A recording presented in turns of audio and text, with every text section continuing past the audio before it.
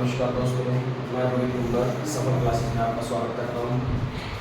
आज का जो अपना 12th क्लास का टॉपिक है, अपने 1.2 चल रहा था, 1.1.2 फंक्शंस जो भी है, मैनी वन टाइप की जो भी फंक्शंस के बारे में मैंने बताया था, उस पर क्वेश्चंस कर रहे थे। तो अपने वैसे तो यदि आपने घर पे करके देखे हो तो क्वेश्चंस तो बहुत अच्छी बात है। यदि नहीं करके देखे हो तो अपने मेन क्वेश्चंस के बारे में बात कर लेते हैं, बाकी अब आप घर पे करके देखेंगे। पहले तो अपने सेकंड का कौन सा पार्ट करवा दें वो बता दो आप, कोई एक करवाऊंगा, बाकी तुम खुद देखोगे। सेकंड का कौन सा बताएं? फिफ्थ बताऊं? फंक्शन डिफाइंड है जेड टू जेड में, मतलब इंटीजर टू इंटीजर, ठीक है। Check the injectivity and subjectivity of the following function. Function given है हमें इस तरीके से, ठीक है। ये अब ध्यान देना, इस फंक्शन का आपने को चेक करना है सब्जेक्टिविटी और इंजेक्टिविटी। तो मतलब 1 और 1 का चेक करने की जरूरत है। फंक्शन तो गिवन है ही हमारा, फंक्शन डिफाइंड है कि नहीं है। सबसे पहले तो फंक्शन डिफाइंड का चेक कर सकते हो तो कर लो। जेड की सारी वैल्यू रखी मैंने। जेड की वैल्यूज में कौन कौन आता है? माइनस के प्रॉपर वैल्यू और प्लस की प्रॉपर वैल्यू, माइनस इनफाइनाइट से लेकर प्लस इनफाइनाइट के बीच में सभी की वैल्यू मैं निकालूंगा। तो आंसर भी उनकी क्यूब करूंगा तो भी उसमें प्रॉपर वैल्यू आएगी, और वो प्रॉपर वैल्यू सारी जेड के अंदर बिलोंग करेगी कि नहीं करेगी। इसका मतलब फंक्शन तो हमारा क्या है, डिफाइंड है, ये तो पता है। और फंक्शन डिफाइंड है तो अपने चेक किसके बारे में करेंगे? 1 के बारे में। 1 के बारे में चेक करने का तरीका क्या था? दो एलिमेंट्स लेने हैं हमारे पहले वाले सेट में से, ठीक है, लिए, और हम किसके इक्वल लेके चलेंगे? उनके फंक्शन इक्वल लेके चलेंगे। और यदि फंक्शन की वैल्यू इक्वल है तो यदि वो बंदे भी इक्वल आ गए, वो एलिमेंट्स भी इक्वल आ गए, तो 1 यदि एलिमेंट्स इक्वल आ रहे हैं, उसके अलावा भी कोई कंडीशन बन रही है, तब वो, ठीक है, ध्यान रखना। तो यहाँ क्या है? x1 की क्यूब, इधर x2 की क्यूब, तो प्रॉब्लम इसको इधर ले आता हूँ x1। अब सीधा ऐसे मत करना सर, क्यूब से क्यूब कैंसिल होगी ना, ऐसा नहीं कर सकते, क्यूब रूट से ऐसे नहीं कर सकते बेटे। यहाँ ये बनेगा स्टेप, इसको इधर लेके आया बस। a की क्यूब माइनस b की क्यूब का फॉर्मूला क्या होता है? a minus b, a square plus b square plus b square minus ab plus ab, minus का फॉर्मूला है ना, ये फॉर्मूला होता है a की क्यूब माइनस b की क्यूब का, ये फॉर्मूला है। अब देखो इससे आंसर 2 निकलेंगे, इससे आंसर 2 निकलेंगे। एक तो ये कंडीशन इक्वल के 0 हो सकती है, तो ये इक्वल 0 है तो यहाँ एक तो ये कंडीशन बनेगी। अब यदि ये इक्वल टू 0 है तो तब मैं तुम्हें बता देता हूँ, कभी भी ये वाला हिस्सा इक्वल टू 0 है ना, तो इसका जो आंसर बनेगा ना, x1 की वैल्यू तुम फाइंड करोगे यहाँ से, तो इसका जो आंसर आएगा ये नॉन रियल नंबर आएगा। कहने का मतलब कौन सा आंसर आएगा? इमेजिनरी पार्ट आल्टा वाली फॉर्म में आने के चांस बनेगा, अंडर में माइनस वाली डिजिट बनेगी यहाँ से, यदि इसको सॉल्व करते हैं तो, ठीक है। तो ये चीज आंसर कभी हो ही नहीं सकती, तो आंसर ओनली कौन सा होगा? रियल नंबर होगा, क्योंकि x1 और x2 हमारे रियल नंबर या इंटीजर होना चाहिए था, इंटीजर है नहीं, सिर्फ यही आंसर बनेगा x1 = x2 वाली। एक कंडीशन बन रही है आंसर से, इसका मतलब ये क्या है? 1। तो फंक्शन इज 1, ठीक है जी। अब सेकंड बात करते हैं ऑन2 के लिए। ऑन2 को चेक करना है तो क्या करना पड़ेगा? सेम वही प्रोसेस, जो भी फंक्शन है उसको किसमें क्या लेट कर लिया? y लेट कर लिया हमेशा, ठीक है। तो y = x की क्यूब है, तो x की वैल्यू निकालते हैं, तो y की वैल्यू 1/3। ये फंक्शन बना हमारा, यस सर, x की वैल्यू फाइंड कर ली। अब y की हर एक वैल्यू यहाँ से रखी जाएगी, यस सर। रख के देखो कोई ऐसा अपवाद मिल रहा है जो x पॉसिबल ना हो। y की ऐसी वैल्यू रखूँ मैं, 2 की पावर 1/3 निकालना पॉसिबल है क्या? नहीं है ना। तो क्या मैं यहाँ पर y इज इक्वल टू 2 रख लेता हूँ बिलोंग्स टू z, ये वाले z से मैंने y इज इक्वल टू 2 रख लिया, ठीक है। अपना तो x इज इक्वल टू कितना हो जाएगा 2 की पावर 1/3, जो कि किस में बिलोंग नहीं कर रही, इस z में बिलोंग नहीं कर रही। अपवाद मिल गया, इसका मतलब ये ऑन टू नहीं है, बहुत सिंपल से the function is not onto, not onto. बात समझ आ रही है बेटे? यस, इस तरीके से पहचान करते हैं। अपवाद मिल जाए तो वो एग्जांपल देके खत्म करो कहानी, ठीक है। और यदि एग्जांपल नहीं मिल पा रहा, तुम्हें पता लग गया कि सारी वैल्यूज फॉलो कर रही हैं, तो फिर वही लास्ट लाइन क्या लिखोगे, दिस इज है ना, सीधी सी लाइन क्या, फॉर ऑल, फॉर ऑल का साइन ये होता है y बिलोंग्स टू z, इस z में से y जो भी था सारी y की वैल्यू के लिए कौन पॉसिबल है, a is available, x is available in set z, then क्या It is function is on to, ये लाइन लिख दे दीजिए। और यदि अब तुम्हें एग्जांपल मिल ही गया तो सीधा डायरेक्टली लिख दो the function is not onto. क्यों? क्योंकि यहाँ की for all, for y belongs to z, for y belongs to z, और x is not available in z, यहाँ आपकी बार नॉट अवेलेबल आ जाएगा इस कंडीशन के लिए, बस सिंपल सा फंक्शन कर लोगे, नोट करना चालू कर सकते हो। अब बात करते हैं 1 1 पॉसिबल है, फंक्शन डिफाइंड पहले से ही था, तो ये सब्जेक्ट इंजेक्टिव तो हो गया।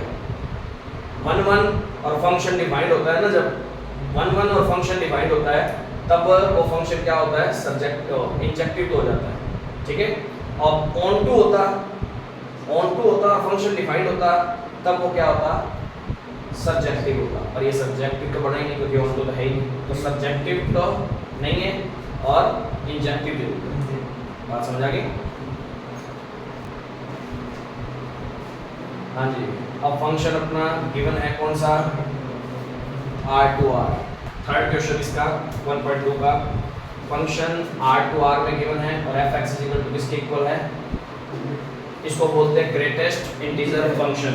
और ये अपने क्या कह रहा है, क्या प्रूफ करना है, 1 1 ना ही 1 1 है और ना ही ऑन टू है, ये प्रूफ करना है। तो ना ही 1 1 ना ही ऑन टू, ये कंडीशन कैसे पता लगेगी।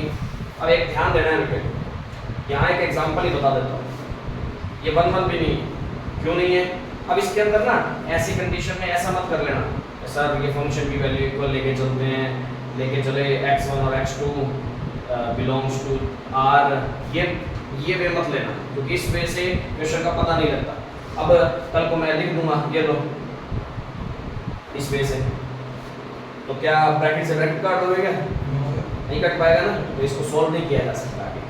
तो इसलिए ऐसे का अपवाद ढूंढे जाएंगे। अपवाद ढूंढते तो लाइक एग्जांपल किसके लिए होते हैं, हाँ जी, ये ब्रैकेट किस चीज के लिए होते हैं, ये ग्रेटेस्ट इंटीजर फंक्शन को डिनोट कर रहा है बेटे।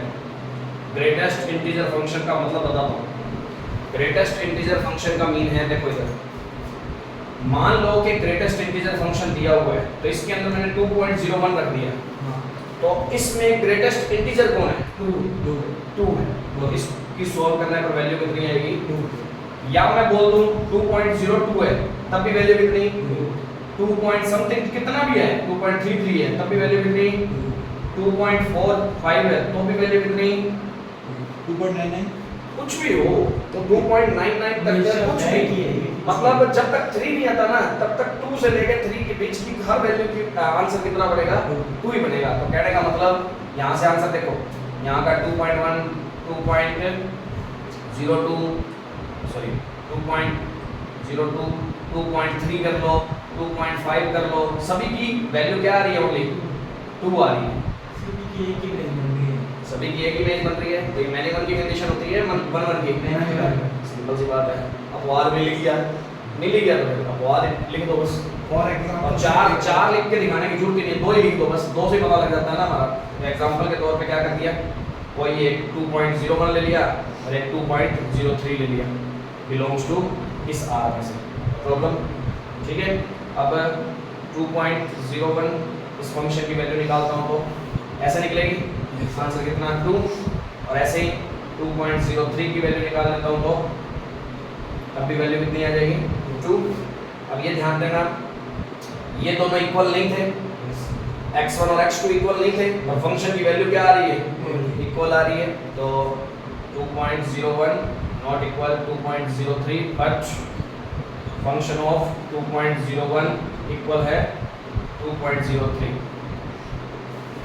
एलिमेंट्स इक्वल नहीं है पर फंक्शन की वैल्यू क्या है इक्वल आ रही है। तो इसका मतलब क्या कहेंगे अपने, ये कौन सी की कंडीशन होती है मैनी वन की कंडीशन। तो फंक्शन इज मैनी वन। समझ आ रही बात? Yes sir. ऐसे पहचान कर लोगे। यस। अब सेकंड ऑन टू की कंडीशन देखते हैं इसमें। ऑन टू के लिए क्या है, फंक्शन इज इक्वल टू ये दे रखा था अपने को, हम हर बार क्या करते हैं वाइलेट करते हैं। तो क्या अब ये वाला ब्रैकेट इधर जाना सीखा हुआ तुमने? क्योंकि ग्रेटेस्ट इंटीजर को दूसरी साइड में ले जाना सीखा ही नहीं अभी। तो सिर्फ यहाँ माइंड से खेलना है, y की वैल्यूज रखते रहना है, x की हर एक वैल्यू के लिए y की वैल्यू पॉसिबल है या नहीं है, r से r के अंदर चेक करते हैं। जैसे कि चेक करूँ मैं यहाँ पर, यहाँ मैंने लिया 2.01 x की जगह पे, तो क्या y की वैल्यू कोई आएगी? यस सर 2 आएगी। पर मैं यहाँ 2.01 रख दूँ, ये कभी आएगा क्या? No sir. कभी नहीं आएगा, क्योंकि ग्रेटेस्ट इंटीजर का मतलब ही क्या है कि सिर्फ इंटीजर आंसर में आएंगे। मतलब y की सारी वैल्यूज कौन सी आएंगी? Only integer. पर अपने तो रियल नंबर सारे हैं। कौन है? रियल नंबर है। अब देखना, सुनना एक बात, इसको डायग्राम से समझाता हूँ। ये हमारा r था, ये हमारा ये, तो ये x, ये वाला हिस्सा, इसको y में बोल सकते हैं। ठीक है, ठीक है। अब यहाँ कोई भी वैल्यू ली हमने, 1.1 ली, 1.2 ली, 1.3 ली, 2.1 ली, 2.2 ली, 3.1 ली, इनकी आंसर हमेशा क्या आए हैं? ओनली आंसर इंटीजर आए, और इनका आंसर भी इंटीजर आया। इसका भी 3.2 या कुछ और भी आता तो इसका आंसर भी कोई इंटीजर ही आ रहा। और फंक्शन तो r था, रियल नंबर के अंदर तो 3.1 भी बैठा होगा, 1.1 भी बैठा होगा, 2.1 भी बैठा होगा, 2.2 भी बैठा होगा, 1.2 भी बैठा होगा, कुछ भी हो सकता है। तो इनकी वैल्यू, अब मैंने क्या कहा था, ऑन टू होने के लिए कंडीशन क्या होती है कि यहाँ की इमेजेस क्या नहीं होनी चाहिए, खाली नहीं रहना चाहिए कोई बंदा। यदि खाली रह रहा है तो वो कंडीशन किसकी? अब देखो ये सारे खाली तो बड़े, इनकी कोई इमेज है इधर? है ही नहीं। Not onto. तो सीधी डायरेक्ट लाइन लिखनी है। अब यहाँ पे, यहाँ कोई तुम अपवाद लिख के दिखाओ, ना लिख के दिखाओ, कोई प्रॉब्लम नहीं है। डायग्राम के तौर पे ये बना के देख लेना, माइंड के अकॉर्डिंगली रखना हो तो याद रह जाता है इससे। और लास्ट में लाइन ही क्या लिखनी है सीधी, for all y belongs to, किसमें से? Real number x is not available in real set r, then the function is not on to। not on to। समझ आ गई बात? बस इतना ही काम करना। समझ आ गई? लाइक एग्जांपल करना चाहो, एग्जांपल फिर भी देना चाहो इसका, तो एग्जांपल के तौर पे अपने कौन सा लिख सकते हैं, y की वैल्यू मैं जब लेके चलता हूँ 2.01 ले चलता हूँ, जैसे है, ठीक है। पर इसके लिए कोई x भी है और पॉसिबल ही नहीं होगा, ठीक है ना। इसमें से कोई y ले लूं, पर ये y की वैल्यू कभी आएगी ही नहीं, x की कोई भी वैल्यू ऐसी रख लो, y की वैल्यू प्रॉपर इंटीजर ही आएगी, कोई पॉइंट्स पे कोई नहीं आ सकती। इसलिए मैंने इन शॉर्ट में ये भी बता दिया, नोट करना चाहो साइड में ये भी करूँगा, ठीक है ना। पेपर में ना नोट करके दिखाना, पर ऐसे ही याद भी रख सकते हो ताकि कभी भूलो ना। हाँ जी, नेक्स्ट क्वेश्चन के अंदर अपने को मोड दे रखा था, तो मोड के अंदर भी अपने क्या कह सकते हैं, ऐसे ही एग्जांपल ही लेके चलने पड़ेंगे अपने को। और अपने को किस टाइप के एग्जांपल लेने पड़ेंगे, कौन कौन से? -1 1, उसकी दोनों की इमेज क्या बनेगी? 1 ही बनेगी, क्योंकि मोड के अंदर क्या हो जाएगा उस टाइम पे, फंक्शन क्या हो जाएगा, पॉजिटिव ही लेना होता है। तो ये कौन सी कंडीशन होती है? मैनी वन की कंडीशन होती है, ठीक है। तो ये मैनी वन की हो जाएगी। इस टाइप से एग्जांपल लेके -1 और 1 ले लेना, आंसर इस तरीके से बना के दिखाओगे, ठीक है। अपवाद के तौर। अब बात करते हैं यहाँ पे, यहाँ यदि मोड लेते हैं तो तब क्या कंडीशन होगी, तब अपने क्या कहेंगे। अब देखो y की वैल्यूज r में है, x की वैल्यूज भी r में है, ये मोड x है, ये x था, ठीक है। अब मोड x में ओनली कौन सी इमेज बनेगी? पॉजिटिव वाली, क्योंकि -2 2 की भी इमेज पॉजिटिव बनेगी, 3 और 3 -3 की भी 3 बनेगी। पर यहाँ माइनस की भी तो डिजिट है, और अपनों हमने बात क्या कही थी कि यहाँ कोई खाली नहीं रहना चाहिए, और ये कौन कौन से खाली बैठे हैं? माइनस वाले सारों की इमेज यहाँ पे है ही नहीं किसी में, क्योंकि सभी ने यहाँ पे प्लस वाले आंसर निकाले थे, माइनस वाले किसी ने भी नहीं निकाले। तो इसका मतलब लास्ट में सीधी डायरेक्ट इस तरीके से लाइन लिख के लिख सकते हो, ठीक है। तो ये भी क्या है, ऑन टू नहीं है। अब इसके बाद बात करते हैं फिफ्थ क्वेश्चन की। फिफ्थ क्वेश्चन अपना क्या था? फंक्शन गिवन है अपने को कहां से कहां पे, r टू r है क्या? फंक्शन r टू r है शायद, ठीक है। और फंक्शन गिवन कैसे है? 1 0 -1 if x greater than 0, if x is equal to 0, if x less than 0, ठीक है। और वो फंक्शन में कह रहे हैं नाइदर 1 1 और नॉर ऑन टू, मतलब ना तो ये 1 1 है और ना ही ये ऑन टू है। कंडीशन देखना भाई, इसी को मैं थोड़ा सा अलग से बना के दिखाता हूँ, डायग्राम से ज्यादा इजी क्लियर होती है ये चीजें। देखो r टू r, ये x ये fx, fx की वैल्यू क्या क्या आ रही है, इधर ध्यान देना। x की fx की वैल्यू तीन ही टाइप की आ रही है ना, बस 1 0 और -1 ओनली। अब x की वैल्यू ग्रेटर देन 0 हो, ग्रेटर देन 0 का मतलब 0 से बड़ी हो, 1 2 3 4, मतलब ये सारी वैल्यूज के लिए हमेशा आंसर क्या बनेगा? 1 बनेगा।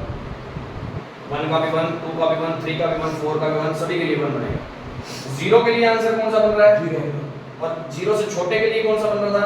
-1 -2 -3, इन सभी के लिए कौन सी वैल्यू आएगी? -1 की वैल्यू आएगी। समझ आ रही है? Yes sir. तो इसका मतलब ये कौन सी कंडीशन को फॉलो कर रहा है? ये -1 दिख ही रहा तुम्हें, क्योंकि सभी के एक ही आंसर आ रहा है। Yes sir. ये -1 की कंडीशन हो गई। तो एग्जांपल के तौर पे तुम लिख सकते हो इसमें क्या क्या लिखोगे?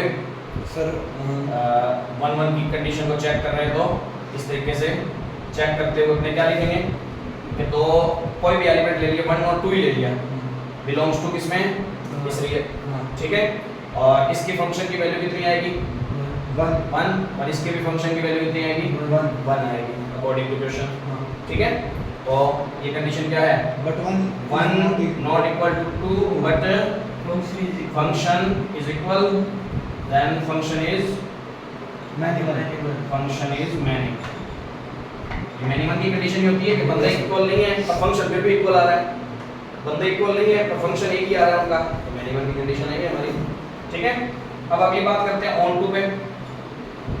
अब ऑन टू पे चेक करना भाई, रियल नंबर में तो और भी बहुत बंदे बैठे हैं, सारे पॉइंट वाले भी बैठे हैं, -2 भी बैठा है, -3 भी बैठा है, प्लस का 3 4 5 6 सिंपल बैठे हैं ना, काफी सारे बैठे हैं, बहुत सारे बैठे हैं। तो ये तो सारे खाली बैठे, इमेजेस में तो 3 ही आए बंदे, बाकी सारे बैठे हैं क्या? यस। बाकी सभी की इमेज बड़ी है यहाँ नहीं है ना, इमेज 3 है, तो इसका मतलब ऑन टू तो नहीं है, सीधा सीधा पता तो लग ही गया।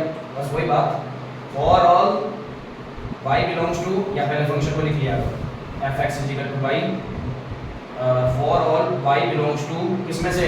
रियल नंबर में से x is not available for all in set r, बस the function is not onto, ठीक है। इस तरीके से इसको नोट कर सकते हैं। हाँ भैया, तो इससे रिलेटेड आगे के क्वेश्चन अपने आप करके देखोगे, ज़्यादा से ज़्यादा क्वेश्चन करके देखने हैं तो 1.2 आराम से हो जाएगी। सिंपल क्वेश्चन है, इस तरीके से बस ढूंढना ही है, माइंड में ऐसे ढूंढ लिया तो आंसर अपने आप मिलता जाएगा, ठीक है। और यदि इसमें एग्जांपल दिखना हो तो लिख के दिखा देना, कोई भी उठा लेना कि 5 6 इनकी वैल्यू है ही नहीं, y की वैल्यू यदि 5 ले ले, y की वैल्यू यदि 6 ले ले, तो fx तो x की वैल्यू बिलोंग ही नहीं करती r में, बात ही खत्म। वैसे एग्जांपल के तौर पे लिख के दिखाना चाहे तो लिख के दिखा सकते हैं, कोई फर्क नहीं पड़ेगा। तो वीडियो अच्छी लगी हो तो लाइक और शेयर जरूर करें, ज़्यादा से ज़्यादा सब्सक्राइब करें चैनल को, ज़्यादा से ज़्यादा शेयर करें, और कोई प्रॉब्लम लगती है तो कमेंट बॉक्स में बता सकते हैं। Thank you.